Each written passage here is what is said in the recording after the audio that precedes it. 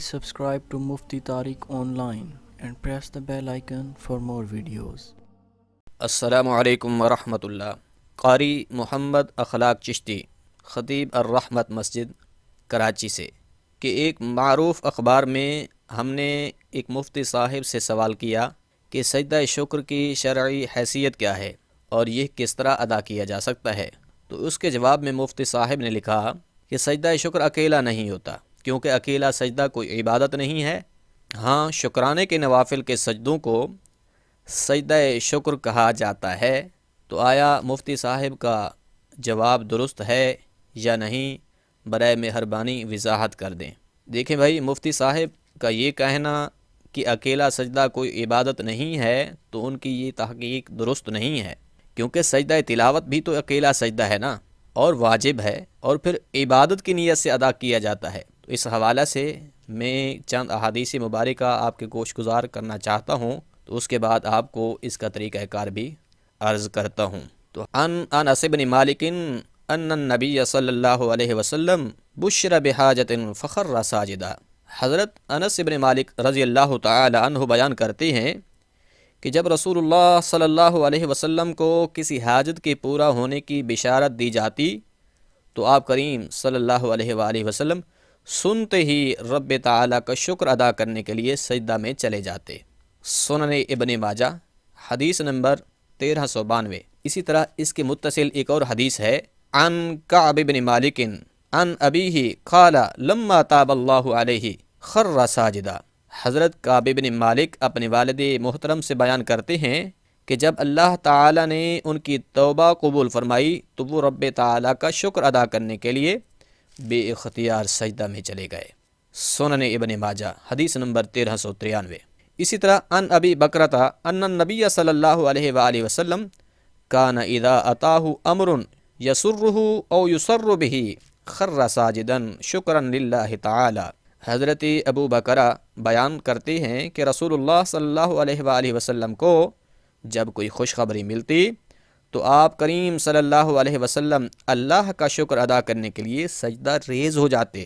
سنن ابن ماجہ حدیث نمبر 1394۔ تو یہ تینوں احادیث مبارکہ سنن ابن ماجہ کی ہیں۔ اسی طرح حضرت ابو بکر رضی اللہ تعالی عنہ نے جب یمامہ فتح کر لیا تو آپ بھی بارگاہ الہی میں سجدہ ریز ہو گئے تھے۔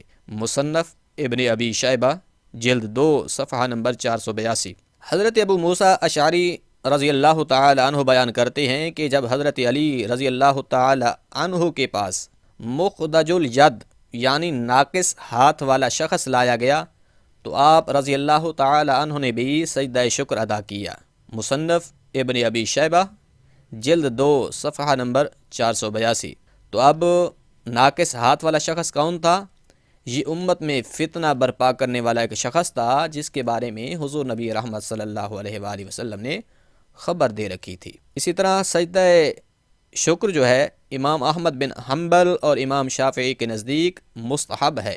علامہ نظام الدین رحمۃ اللہ تعالی علیہ کہتے ہیں کہ امام ابو یوسف اور امام محمد رحمہم اللہ تعالی کے نزدیک سجدہ شکر اللہ کی قربت کا ذریعہ ہے، اور اس سجدہ شکر ادا کرنے والے کو ثواب ملے گا۔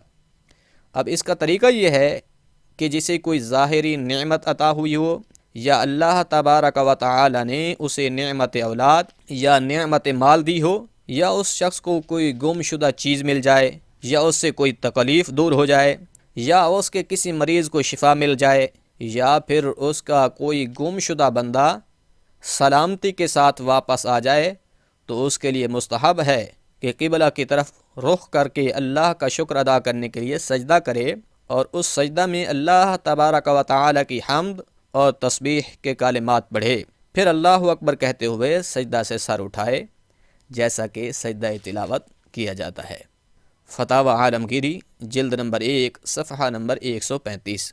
اسی طرح فتاوی تاتار خانیہ میں ہے کہ بندوں کو سجدہ شکر سے منع نہ کیا جائے، کیونکہ اس میں انتہا درجے کی عاجزی ہے اور یہ بندگی کا قرینہ ہے، تو لہٰذا سجدہ شکر مستحب ہے۔ اسی طرح علامہ علاء الدین حصکفی رحمۃ اللہ تعالی علیہ کہتے ہیں وَسَجْدَةُ الشُّكْرِ مُسْتَحَبَّةٌ لَكِنَّهَا تُكْرَهُ بَعْدَ الصَّلَاةِ لِأَنَّ الْجَاهِلَةَ یعتقدونہا سنتاً او واجبتاً وکل مباح یودی الیہ فمکروہ، کہ سجدہ شکر تو مستحب ہے لیکن نماز کے متصلاً بعد، کہ نماز کے فوراً بعد اس کا کرنا مکروہ ہے، کیونکہ جاہل لوگ اس کے سنت یا واجب ہونے کا اعتقاد کرنے لگ جاتے ہیں، تو ہر ایسا کام جو مباح ہو اور اسے لوگ سنت یا واجب سمجھنے لگ جائیں تو پھر وہ مکروہ بن جاتا ہے۔ شاید مفتی صاحب نے بھی اسی حوالے سے ہی منع کیا ہو۔ اسی طرح علامہ ابن عابدین شامی رحمۃ اللہ تعالی علیہ نے اس پر تفصیلاً بحث کی ہے، جس کا خلاصہ یہ ہے، آپ کہتے ہیں کہ سجدہ شکر جائز ہے، یہ واجب یا سنت نہیں ہے بلکہ مستحب ہے، البتہ نماز کے فوراً بعد اس کا ادا کرنا مکروہ ہے کہ کہیں جاہل لوگ اسے واجب یا سنت نہ سمجھنے لگ جائیں۔ اسی طرح کسی ایک بزرگ سے پوچھا گیا کہ کیا بندوں کو اللہ کا قرب نماز کے علاوہ بھی حاصل ہو سکتا ہے؟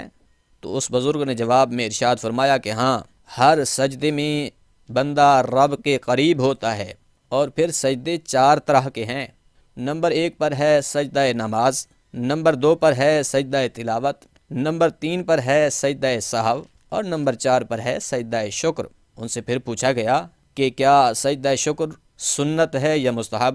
تو انہوں نے جواب دیا، یہ سجدہ شکر مستحب ہے کہ جس وقت ابو جہل لعین کا سر کٹ کر سرکار صلی اللہ علیہ وآلہ وسلم کی بارگاہ میں لایا گیا تو حضور نبی رحمت صلی اللہ علیہ وآلہ وسلم نے سجدہ شکر ادا فرمایا، اور ساتھ یہ بھی فرمایا کہ ہر قوم میں ایک فرعون ہوا کرتا تھا، میری قوم کا فرعون یہی ابو جہل تھا، آج اللہ نے اس کو نیست و نابود کر دیا۔ تو لہٰذا جب کوئی خوش خبری ملے، جب کوئی خوشی حاصل ہو، جب اللہ کریم آپ کو اولاد کی نعمت سے نواز دے، جب اللہ کریم آپ کو مال عطا کر دے، جب اللہ کریم آپ کے کسی بیمار کو شفا دے دے، جب اللہ کریم آپ کی کوئی گم شدہ چیز واپس دلا دے، تو اس وقت اللہ کی بارگاہ میں شکر کے لیے جھک جانا یہ مستحب فعل ہے اور جائز ہے، مستحسن امر ہے۔ اور اسی طرح جب بندے کو کوئی مشکل پیش آ جائے تو اس وقت بھی واویلا نہیں کرنا چاہیے، چیخ و پکار نہیں کرنا چاہیے، بلکہ صبر سے کام لینا چاہیے اور اللہ کی بارگاہ میں رجوع کرنا چاہیے۔ اس حوالے سے کہ جب بھی کوئی حضور نبی رحمت صلی اللہ علیہ وآلہ وسلم کا غلام حضور کی بارگاہ میں حاضر ہوتا، عرض کرتا کہ یا رسول اللہ صلی اللہ علیہ وآلہ وسلم، میں مشکل میں پھنس گیا ہوں، مجھے دکھوں اور تکلیفوں نے گھیر رکھا ہے، کوئی حل بتائیے۔ تو حضور فرماتے کہ جاؤ اچھی طرح سے وضو کرو، وضو کر لینے کے بعد پھر رب کریم کی بارگاہ میں 2 نفل ادا کرو، اللہ کی بارگاہ میں جھک جاؤ، اور پھر 2 نفل ادا کرنے کے بعد میری ذات پر درود پڑھو اور اللہ سے گڑ گڑا کر مانگو، اللہ کریم تمہیں ضرور عطا فرمائے گا، اللہ کریم تمہیں کبھی خالی نہیں لوٹائے گا بلکہ اپنے کرم سے مالا مال کر دے گا۔ آپ کی کوئی مصیبت ہے، آپ کی کوئی تکلیف ہے، آپ کا کوئی غم ہے، آپ کے کوئی دکھ ہیں، تو اللہ کریم ساری چیزوں سے آپ کو نجات عطا فرما دے گا۔ اگر آپ قرض سے مقروض ہیں تو اس سے بھی اللہ کریم کی بارگاہ میں عرض کریں تو اس کے لیے بھی اللہ کریم آپ کے لیے کوئی آسانی والا راستہ ضرور عطا فرمائے گا۔ اللہ کریم عمل کرنے کی توفیق بخشے، آمین۔